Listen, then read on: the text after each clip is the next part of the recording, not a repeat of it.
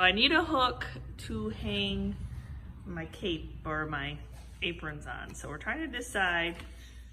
So I think it should be up on the pallet. Why don't you tell me where you want it? No, I sounded like a witch, didn't I? I think that's too high though. No, I'd rather have it all the way up there. All right. It's fine. I can Just jump. Screws and... I can jump. It's just pallet wood.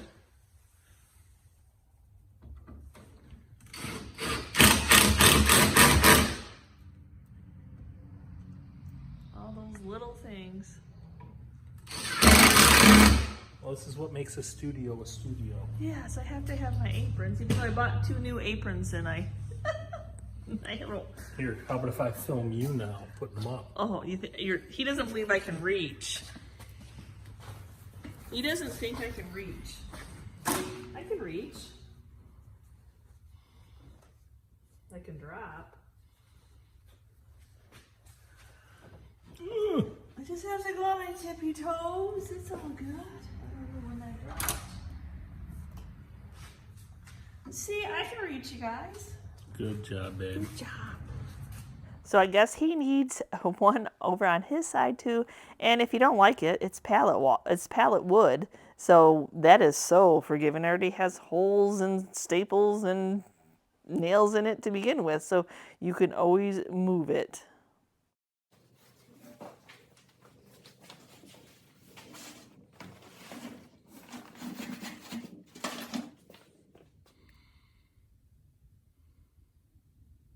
Hi guys, welcome back to the channel. So today's video is a little different. It's really all about Chris. He is working on his side of, I have my studio, he has his workshop. So if you're new to the channel, my name is Yvonne. I do this with my husband Chris. We love to go out in the wild searching for finds, treasures, things that can be added into our own home for home decor, things that can be flipped and resold for a profit. We sell on eBay, and we also have, at the moment, 4 retail booths at a local antique mall.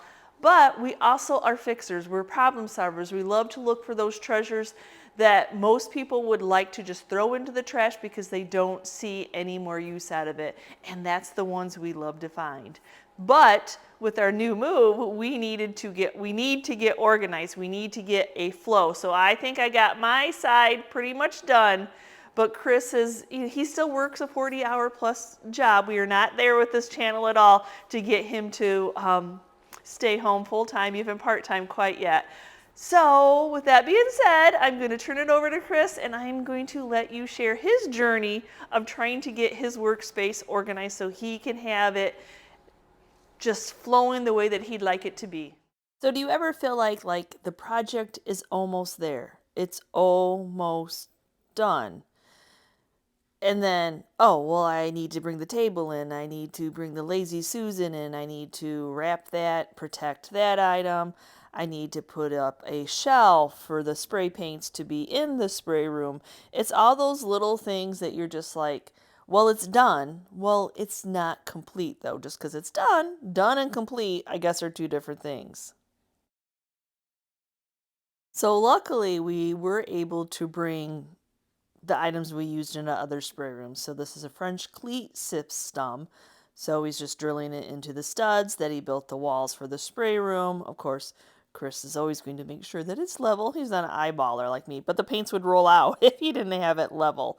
So yes, this is the back part, the 45-degree angle, and then the shelf will sit on that. But yes, we need something to be able to grab all the spray paints that we use.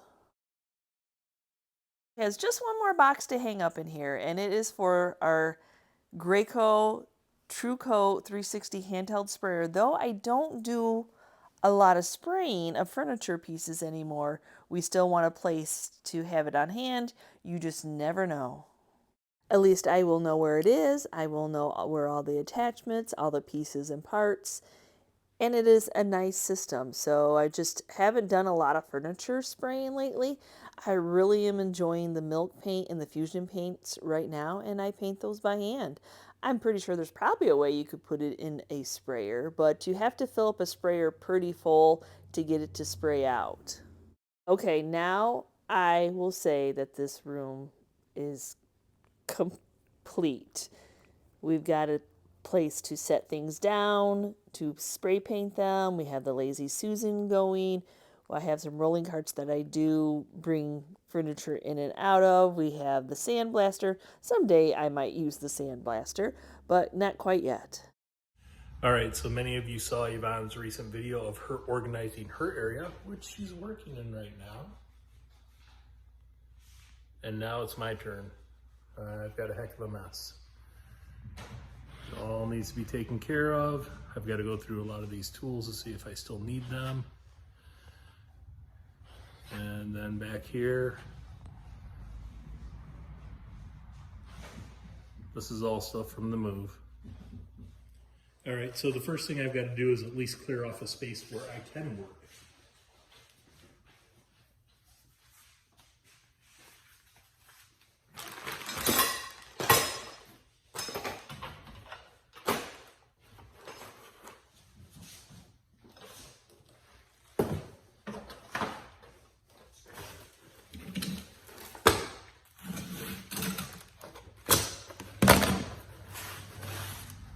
I'll just come in and out doing some voiceovers while I'm editing this. You know, a lot of times when we get home from auctions, he really needs a set place. He needs a place like, okay, this is items that need tweaked, they need fixed, they need glued, they need tightened. You know, I have my space of to-dos. And so right now he is the intermixing of those items that he needs to work on along with tools that someday he needs to refinish. And he's got a few mechanic boxes that he's also been working on. So it is just hard. And then he needs to go through his boxes, and like me, you really have to make a decision. You know, just because you keep putting it in a box and organizing the boxes doesn't mean that you need the stuff that's in the boxes. All right, so have you ever gone through a box and just realized that this has been in here ever since I put it in here a few years ago? I'm not gonna buff anything. I'm not gonna wax my vehicle, so this will all be going to the auction. And now I've got an empty container.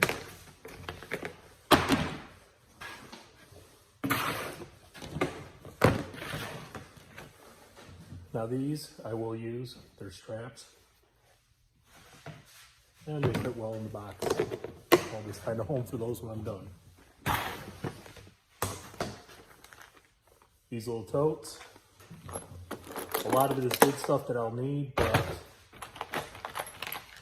these are from probably taking down my daughter's lights to put up ceiling fans. So I'll have to sort through all these.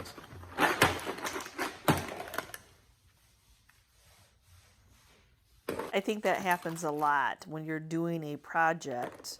You bring in what you need to do the project, but when you're taking the project apart, like putting up a ceiling fan and taking down a light, there's somehow always extra pieces and parts, and next thing you know, they get thrown in with your stuff, and then you collect more stuff.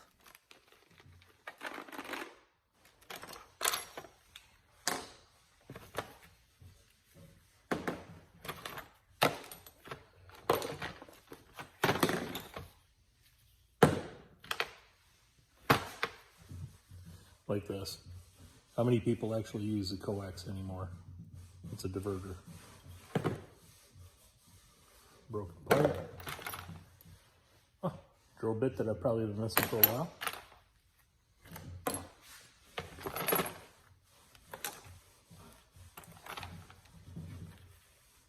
Hold the plumbing aside until I get the rest of the electrical going through.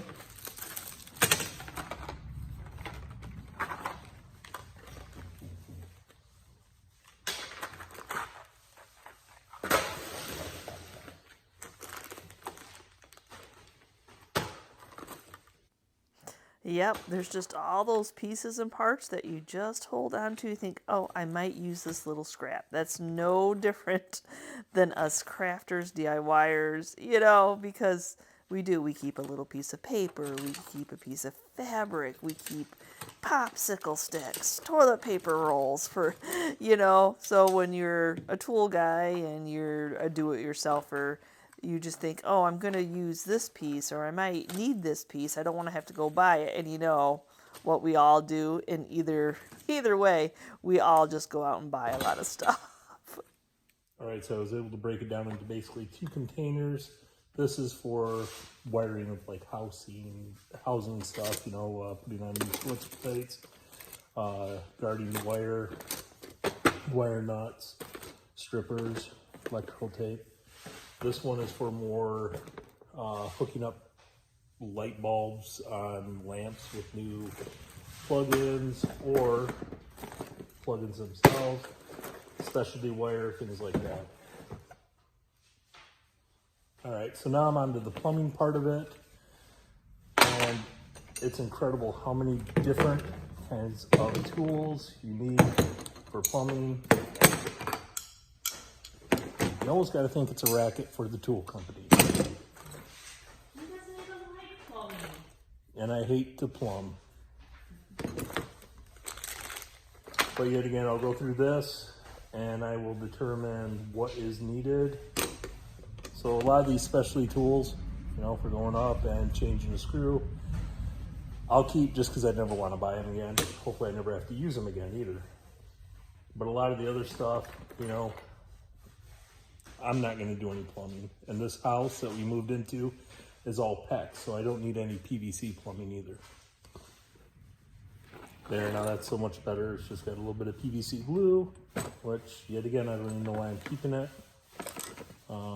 This is for when I was redoing some fountains. These shark bites, everybody loves these. These are great. You just plug it in and it makes a great connection. It doesn't matter if it's copper, if it's PVC or PEX, it'll make a great connection to it. And of course I kept all the tools. Okay, so this is one of my least favorite jobs after plumbing. It's drywalling, which, as most people know that have done it, unless you do it a lot, you're not very good at it. But it is something that is a necessary evil to keep the tools for it. And now that I've got this larger box, at least it fits. So part of his organization is also doing some quick fixes, just some little glue jobs. Like I said, if you don't automatically do something when it's just a quick fix, the pile just piles up, just like the simple little box. It just needs some glue. That's all. It just needs some glue. Sounds good until you put it on top of a pile. Let's put up on top another item goes on it, and then another item goes on, and next thing you know, the one quick fix turned into 20 quick fixes. And then this seemed like it was going to be a quick fix. He got this mechanics box for $15 at an auction. Now, mechanics boxes are usually fought over at auctions. Yeah. Well, the problem with this one is it needed work, and 2 of the drawers would not open up. And I don't know what happened to the footage there of him having to take it apart, you know, or it could have been a case where I thought I was filming and I wasn't really filming because, yeah, I already got it taken apart and the camera wasn't filming. So this is him putting it back together. When you find an older piece like this, and it has, you know, there are a lot of times they were handmade. They have beautiful patina. That wood has aged beautiful. Trying to fix it and keep the integrity of the piece is always a challenge, because there's, you know, of course there's painting and there's refinishing, taking it back to the original state. But a lot of times the patina is what makes the piece. So you want to try to fix it without taking that age away. Now, with the drawers of this mechanics box, they would not come out. He worked on that for days, so I can see why you're like, I'm not even filming this. It's just a nightmare. Why did I spend the money on this box? But sometimes you have to walk away from a project and you're like, okay, well, now I'm going to tackle it from this. They got put in, so they have to come out somehow. But probably over time of this box being in some place that was wet and damp, the wood just swelled and it stayed that way. And then There is some gunk on it, but a lot of times I think it's just that the wood had swelled. So going and tackling it from the back, because you couldn't take the back off to try to see what was going on. He kind of drilled some holes, relieving, like letting some air in, trying to see if that helped. And that was really how it started to help. Little bitty holes, pushing it slowly from the back to get it. And I wish it was on film, y'all, because it was just like a ha, I did it moment once he finally got these. But what he's going to have to do now is sand the drawers down a little bit. Even though you want to keep the integrity of the piece, it does no good if the drawers won't go back in and slide in and out properly the way they should.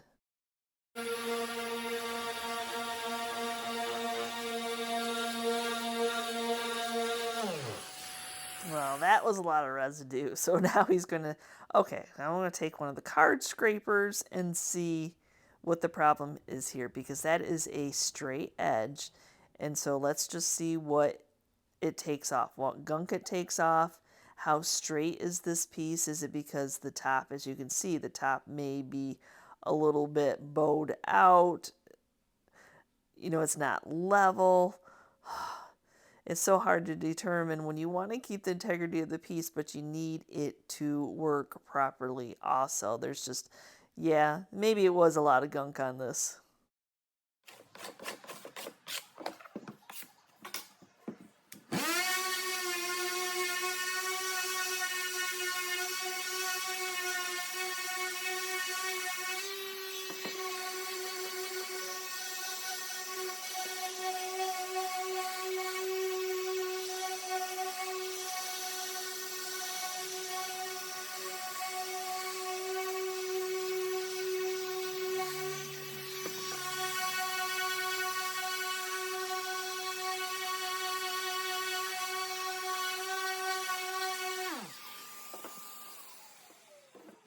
A few of the joints are coming loose, so he's going to put a little tight bond glue in there so that we'll get those glued back together.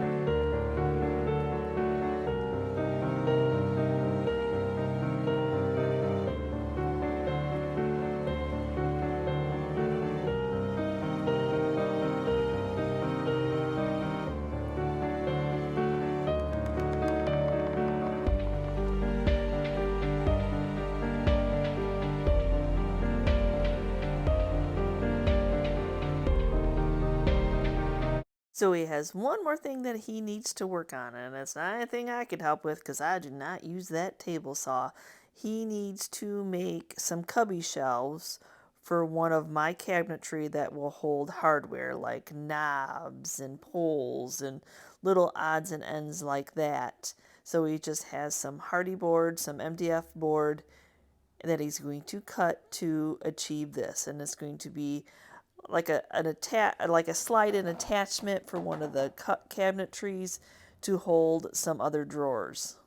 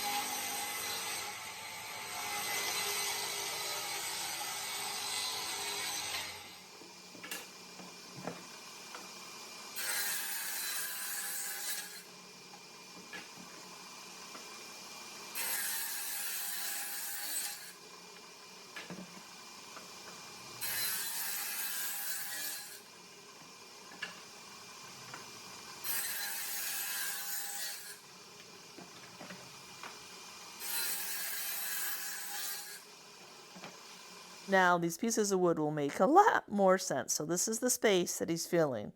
And these are some scrapbooking drawers that I had that were in a different plastic cubby if you were a scrapbooker. But they work wonderful for all those poles and the little odds and ends that you need that are nice to have little bins organized that. And we had a system in the other workshop that was wonderful. So that's where the smaller piece of wood are for. That's what the bigger piece of MDF are for. And it's not staying in the middle. There's going to be two on each side.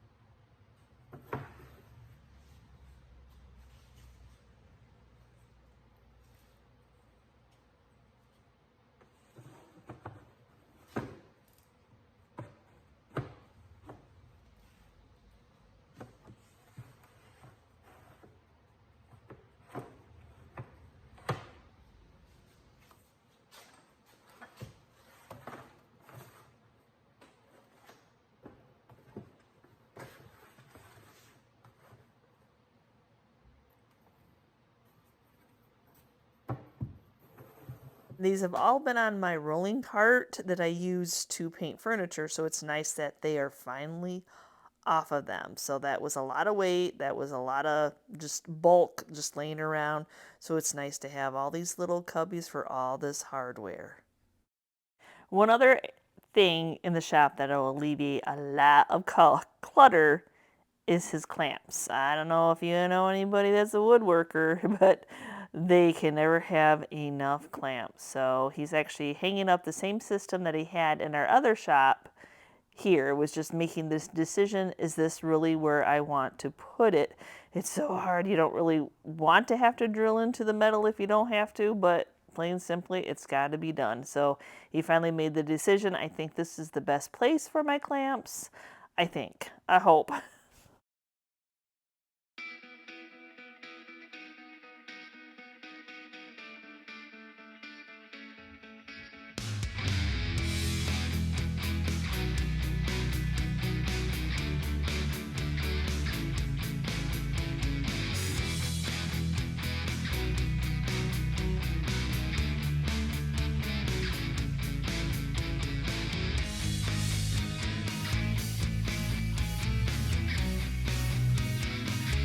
So Chris is somewhat organized, little by little. Yeah, he just has some more little piles to decide auction or donate. But more space is definitely opening up back here. You can see more floor, not as many boxes, some more boxes that need to be gone through, but it all just takes time. But that was a nice addition to that workbench.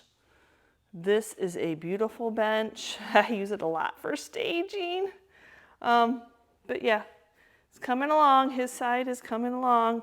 There's always going to be clutter because it is a we are using this studio workshop for what it is. So thank you so much for watching today's video. Yes, Chris has trying to get organized. I don't know, like I said when I was doing my organization video, you kind of have to work in it. You kind of have to figure out the flow, what you want. And since we go to an auction almost every weekend, you end up buying new items or bringing home new items that need made over, Or like he found, I just recently found the wooden workbench, and then he just found the other workbench that's perfect for his refinishing of tools station. So yeah, there's that happening when you're bringing bigger pieces in, and then where do you store all the little pieces, and going through those boxes. Oh my gosh, I feel for him. I feel, because I'm here all day and he's away and he's working his 40-hour plus a week work job still, and then driving the 35 minutes home. I know that's not very far for some of you that live in the big city, but when you're used to like a 10-minute drive home, 20 minutes does make a difference. So yeah, so I hope you enjoyed him sharing some of the ways he was organizing, his thought process going through things like, if I haven't used it in years, that's always the rule of thumb. If you haven't used it in a couple years, you should just get rid of it if you haven't found a purpose. But for him, when it comes to plumbing and electrical and stuff like that, that rule of thumb just gets thrown out the window because you don't want to have to buy those tools. I mean, electrical wiring is just crazy priced, which we just bought a roll because we were doing a bathroom remodel. Not a big bathroom remodel, the shop garage bathroom. So yeah, I mean, that was a little bidding war because everybody knows how much that electrical wiring goes for these days. Woo! Ouch. So anyway, thank you so much for watching Chris and how he was organizing. We really appreciate each and every one of you all. We love you. Thank you for supporting our channel by watching, subscribing, liking, sharing our videos. That just gets that algorithm of YouTube to get us out there. So again, thanks for watching, and we will see you next time, guys, and you can see what we're up to. Bye.